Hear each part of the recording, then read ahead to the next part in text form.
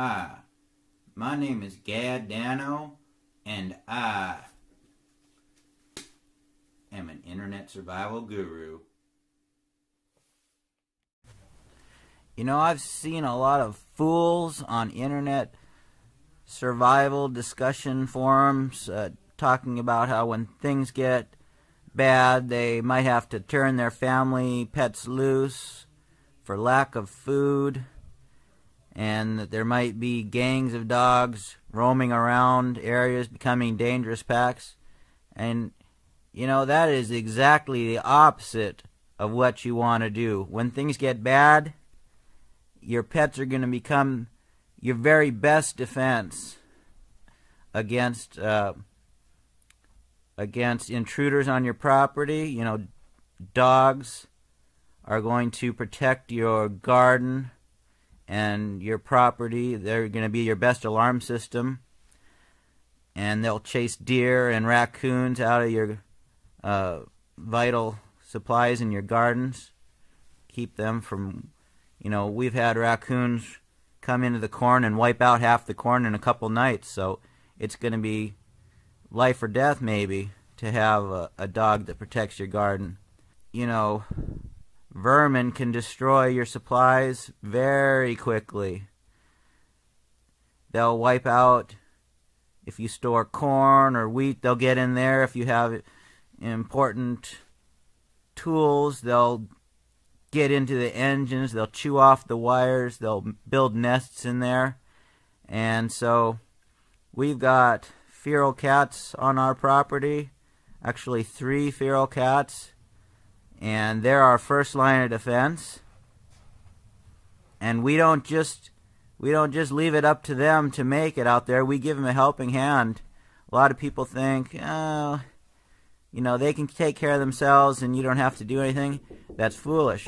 A well-fed, healthy cat that's protected from the elements somewhat, outdoor cats, they're going to hunt a lot better than a cat that's barely making it and is losing all its calories from the cold and wind. So we've set up an insulated dog house, actually, which has an electric floor mat, and it's got a water dish in it with it's an electric heated water dish, so their water won't freeze.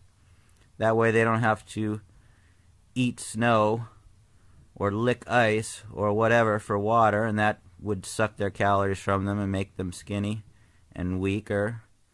And then we supplement their food.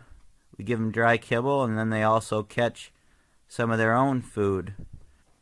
Here you can see we've set up a bird feeder, which is great for entertainment on those long winter days. And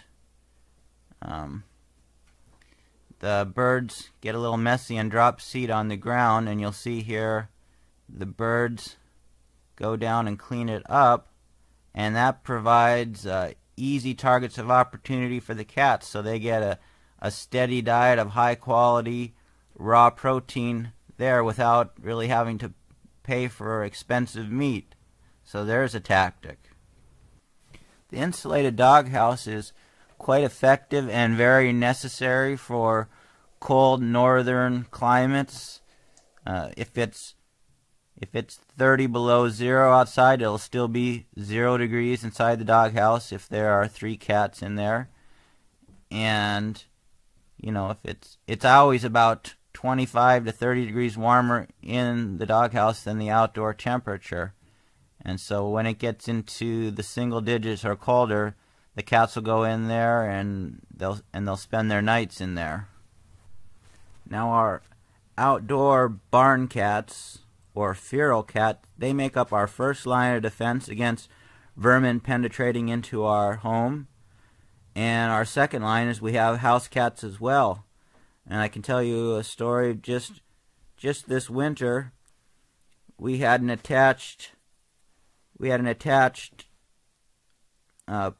porch area where we had a deep freeze there and food supplies, and there was a mouse getting in there and getting into the food and making a mess, and it somehow was able also to get into our kitchen back and forth between these 2 rooms, And as soon as we opened up the kitchen cabinet doors and just left those doors open, our cats took care of the problem in about a day and a half. That was the end of it.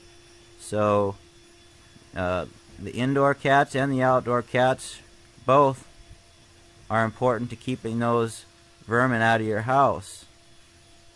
You know, back in the medieval ages in Europe, there was a superstitious fear of cats, and people hated cats. And I think they actually killed them and drove them out of areas because they thought they were working in cahoots with witches. And because of this stupidity,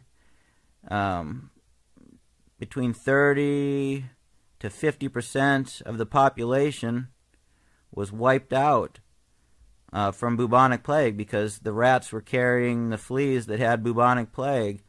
So, you know, there are still diseases carried by vermin, and so make sure you make preparations, storing some food and supplies for your pets.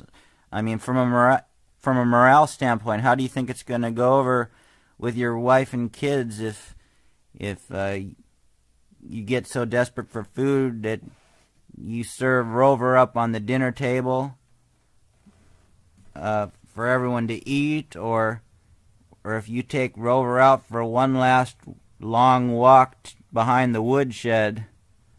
I mean, your kids are never going to look at you the same way again, and you know, survival is about morale, and you'll have destroyed morale and destroyed faith in your leadership and your ability to provide for your family. So make sure to take care of every member of your family, including pets, who are going to be more important than ever in a real survival situation.